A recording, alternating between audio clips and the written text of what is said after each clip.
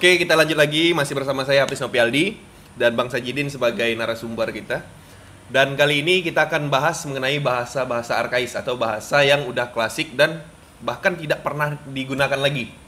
Dan kenapa saya bahas ini? Karena saya takutnya ada bahasa-bahasa Madura yang sekiranya sudah punah, tapi Bang Sajidin tahu. Bisa kita bagikan ke kawan-kawan semua. Silakan, Bang. Bahasa arkais atau bahasa klasik atau bahasa yang sudah jarang ditemukan, jarang digunakan. Ampere. Itu apa artinya? Teras artinya. Teras ya, oke. Terus telongan. Telongan itu? Mungkin ini bisa dibilang arkais karena saya jarang untuk anak-anak muda menggunakan ini. Telongan itu artinya jendela. Jendela, oke. Terus Kalau dapur ada nggak Bang bahasa arkaisnya? dapur itu tidak ada bahasa Tidak ada ya, arkaisnya. oke. Jeding itu artinya dinding. Bukan. Apa? Artinya adalah kamar mandi. Kamar mandi. Oke. Karena sekarang sudah modern, mungkin orang-orang modern ini sudah menggunakan bahasa kamar mandi, WC dan toilet gitu. Sebenarnya tempat mandi itu disebut dengan jeding tadi ya Bang ya. Oke. Kita lanjut lagi.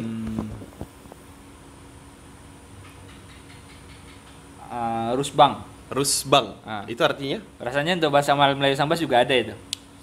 Rusbang atau rosbang itu tempat tidur, tapi karena tempat yang mungkin secara spesifik ada tempat tidur zaman dulu yang pakai kayak besi bulat, pangkeng juga. Yeah. Sama pangkeng juga. Oke.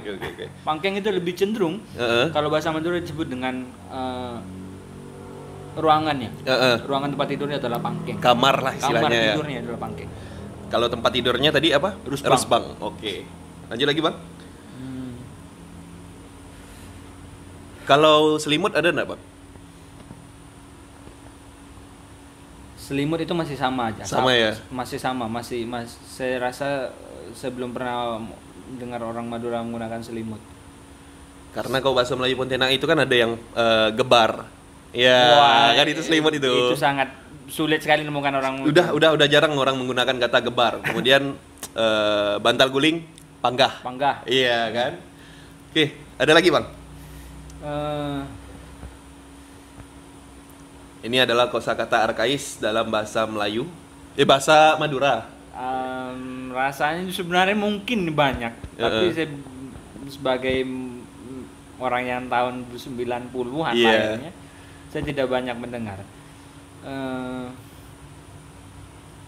Sepengetahuan saya cukup itu sih. Yang saya tahu itu aja itu kayaknya. Oke. Kemudian selanjutnya untuk ungkapan dalam bahasa Madura, Bang. Kira-kira apa saja ungkapan yang ada? Misalnya, kalau misalnya kita mau menyebutkan muka yang buruk, sangat-sangat jelek, itu muka macam puaka kan? Macam puaka itu artinya dah hancur sekali lah, buruk sekali dah. Iya kan? Nah, kalau dalam keramak. Iya, keramak bongkeng. Itu dia. Kalau dalam bahasa Madura gimana, Bang? Ada enggak yang seperti itu?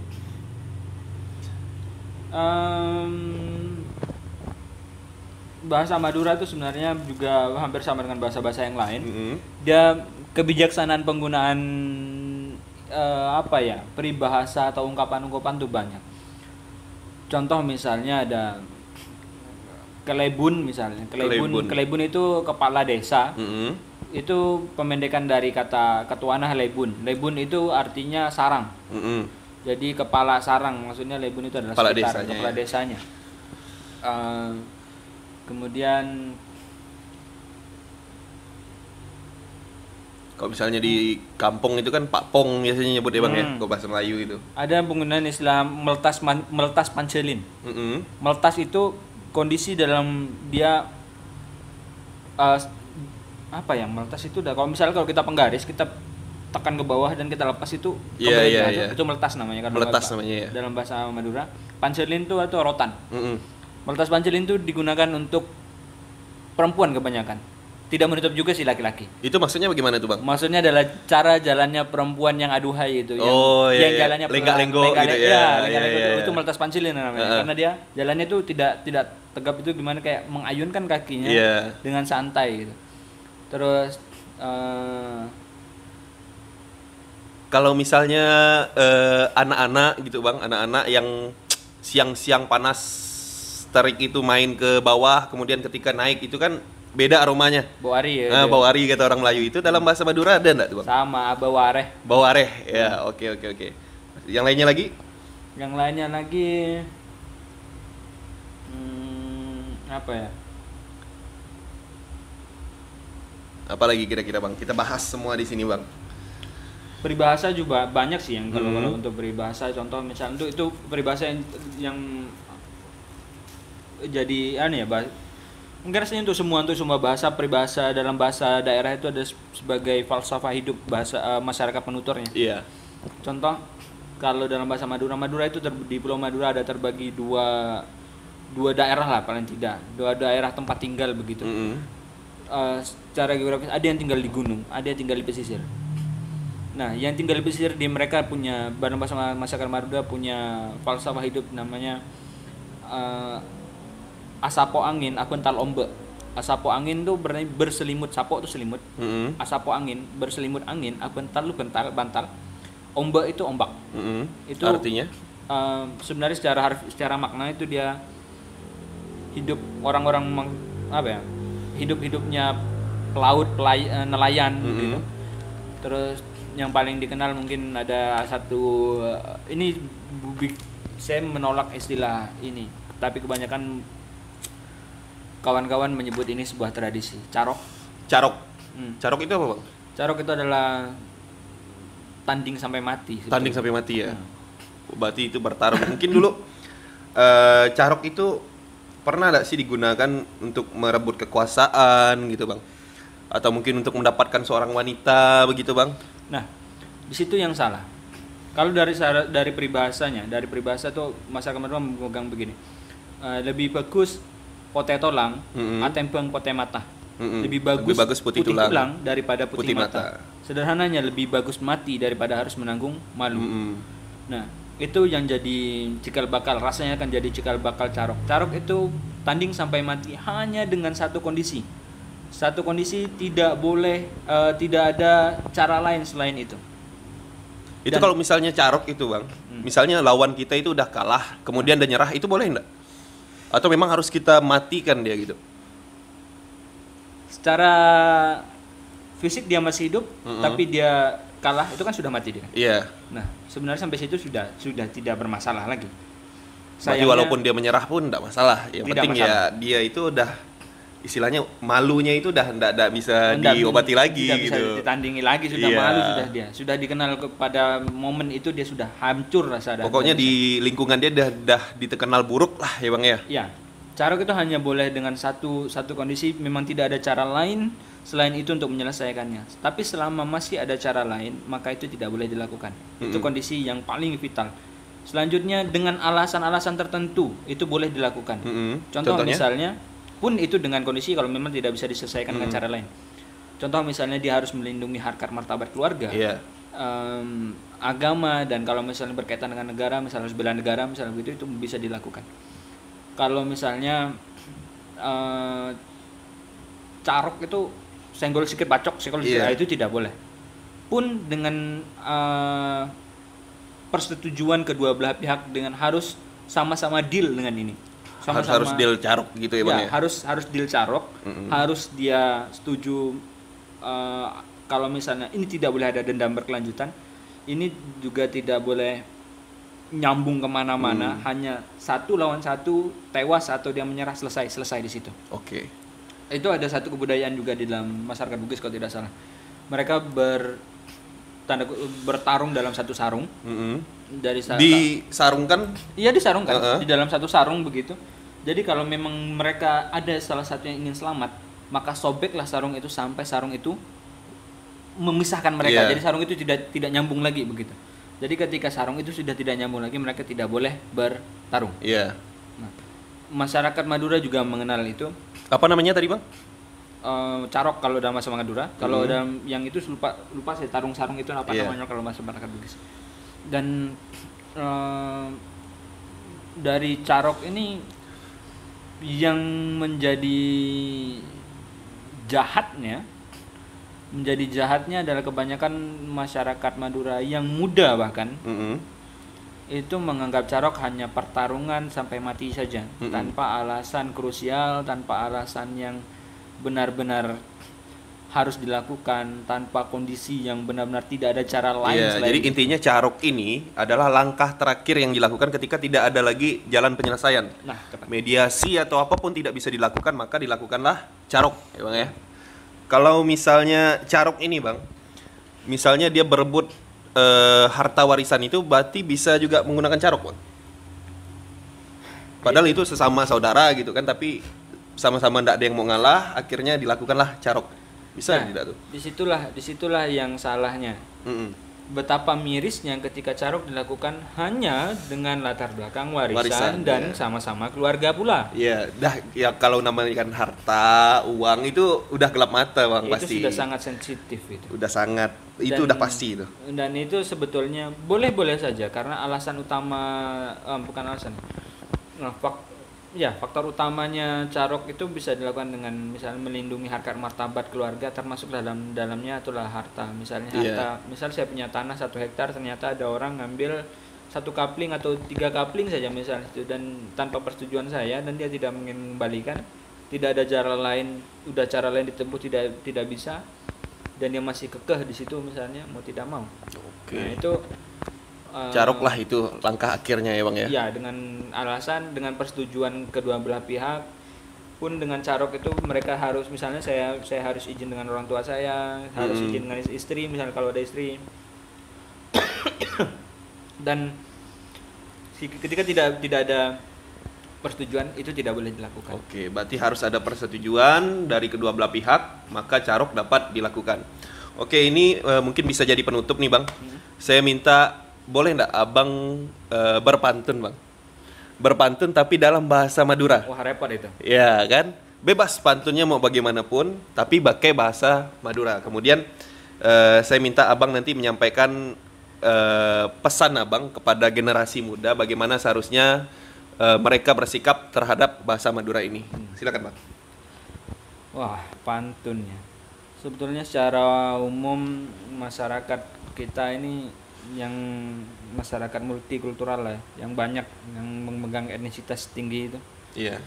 Itu pantun itu sudah darah daging sebetulnya. Iya. Cuma saya saja yang rasanya belum melihat orang Madura berpantun. Dan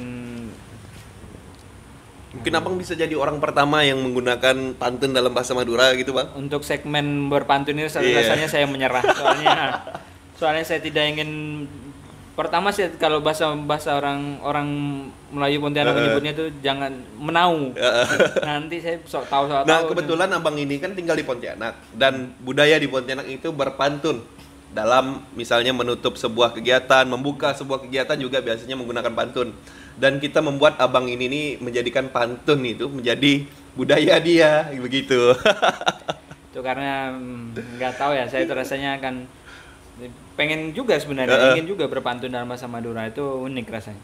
Tapi rasanya kalau misalnya kosakatanya salah atau apanya yang salah, akan ini tetua saya misalnya ada orang, mudah-mudahan ada orang Madura yang melihat juga, mereka akan wah ini saya somasi orang Madura dari mana, sok tahu aja kau gitu, nanti matilah saya. Oke, silakan Bang. Baik, kalau untuk pantun saya menyerah, tapi untuk pesan-pesan untuk kawan-kawan generasi muda Madura. Pertama, jangan malu menggunakan bahasa Madura, biasakan menggunakan bahasa Madura. Bahkan di dalam keluarga saya sekarang, walaupun ini sudah bisa dibilang terlambat, saya menggalakkan di rumah untuk adik saya, untuk keponakan saya, untuk saya pribadi juga menggunakan bahasa Madura. Ketika orang tua saya menggunakan bahasa Madura, saya harus menjawabnya dengan bahasa Madura pula. Kedua, pelajarilah dan gunakanlah bahasa Madura. Pelajari benar-benar bahasa Madura, pelajari juga cara menggunakannya, pelajari kebudayaannya. Dari budaya itu juga kita bisa hidup, bisa tahu apa ya bahasa kita ini. Dan untuk generasi muda Madura, falsafah hidup Madura itu memang orang Madura itu kebanyakan adalah orang yang keras. Iya. Karena mungkin rasanya akan disurvei saja semua orang-orang di luar orang Madura. Orang bilang, orang mana orang Madura? Mereka akan pikir orang Madura pasti keras. Yeah. Sebetulnya tidak juga, tergantung bagaimana di mana dia tinggal dan dari tergantung oknumnya juga, Bang. Tergantung oknumnya juga. Karena kalau misalnya dilihat dari sisi geografis dan geografis Madura, yang orang Madura di pesisir mereka tidak akan kekurangan air. Tapi kalau misalnya Madura di daerah pegunungan, misalnya gunung-gunung batu, gunung-gunung kapur, mereka saat musim penghujan airnya melimpah, tapi musim kemarau yang bisa sampai 8-9 bulan, itu mereka akan mengalami kekeringan parah sehingga mereka hidup dengan keras. Budaya keras masyarakat Madura dia keras. Tapi kalau memang keras itu memang suku Madura tuh keras ya, kalau misalnya kita lihat di pulaunya sana. Kita lihat pekerjaannya ya, Bang ya. Dari pekerjaan itu sudah keras ya, Bang ya. Di mana apa namanya yang bongkar besi tua itu, Bang? Itu kan ada istilahnya tuh. Saya lupa ya kan, tapi ada itu kan. Itu juga dari situ kita udah tahu bagaimana kehidupan mereka, kerasnya kehidupan mereka. Ya. Jadi untuk masalah keras itu kita boleh keras, masyarakat Madura boleh keras, masyarakat yang muda, generasi muda Madura juga boleh keras, tapi keraslah. Tapi dengan satu catatan, adillah sejak dalam pikiran. Jadi jangan menang keras, istilahnya senggol bacok itu yang menjadikan kita harus buka-bukaan dan kita harus amini juga bahwa masyarakat di luar suku Madura, di luar orang Madura menganggap kita keras dan yang lain-lainnya. Karena apa? Karena kebanyakan orang Madura keras tidak pada tempatnya. Jangan berpikiran pendek lah ya, Bang ya. Sedikit-sedikit emosi begitu. Kebanyakan. Ya. Sebagai masyarakat Madura yang sudah katakanlah milenial, apalagi kalau misalnya mereka sudah berpendidikan tinggi. Karena orang Madura ini kebanyakan, kalau orang dulu ya, dari zaman saya SD masuk dari kelas 1 sampai selesai SD, saya mau melanjutkan ke SMP. Salah satu teman saya juga di Penutur Madura bilang begini, kamu mau melanjut SMP? Iya, saya bilang. Terus kamu kalau orang tuamu meninggal, kamu mau dibacakan apa? ABCD kata dia. Maksud dia pengen mondok. Maksudnya adalah agama yang diutamakan. Betul? Jadi saya setelah itu melanjut ke SMP dan dia pesantren, ternyata setelah saya kelas 2 atau kelas 3 SMP dia masuk ke SMP juga ternyata. Dan untuk yang sudah intelektualnya tinggi, kita kurangi dengan tunjukkan bahwa kita bukan orang yang seperti itu. Bahwa kebanyakan orang berpikir seperti itu karena orang menggeneralisasikan saja. Ketemu orang yang keras maka ketemulah semua orang keras. Misalnya kita, tergantung lingkungan lah istilahnya, Bang ya. Katakanlah contoh besar ini semua masyarakat itu pasti setuju kalau misalnya saya bilang orang Batak itu keras. Tapi ternyata tidak semua. Itu ya tergantung orangnya lagi. Saya punya teman namanya Dian atau Dina Saradian, kalau nggak salah, Dian Saragi. Perempuan satu ini kalau orang Batak dan namanya sudah Saragi. Keras tidak. Punya teman bermarga harahap keras enggak. Lembut malah. Yang ngomong itu sudah mungkin mirip orang Solo, sudah itu ngomongnya pelan. Itu sampai saya mikir kamu tidak berhak menyandang marga itu. Tergantung bagaimana orangnya lagi ya, Bang ya. Betul. Membawa kepribadiannya. Dan yang terakhir bagi masyarakat kawan-kawan milenial Madura, pelajari budayanya. Jangan sampai budaya yang disitulah kita DNA-nya orang Madura bisa hilang. Contoh nyata budaya malunya orang Madura itu harus dipelihara, karena beberapa akhir-akhir ini sangat viral sekali ada milenial Madura yang terkenal dengan goyangannya. Yang kita sebut saja jamet ya. Itu saya rasa yang rambutnya panjang ini, Bang ya. Ya, mencontohlah yang layak dicontoh. Buanglah yang jahat-jahatnya sehingga masyarakat Madura benar-benar punya tempat dan stigma negatif itu akan terkikis dengan sendirinya. Udah, itu saja. Terima kasih kepada Bang Sajidin, dan pesan terakhir mungkin dari saya sebagai pembawa acara, cintai bahasa daerah, kuasai bahasa asing. Betul, Bang? Betul. Iya.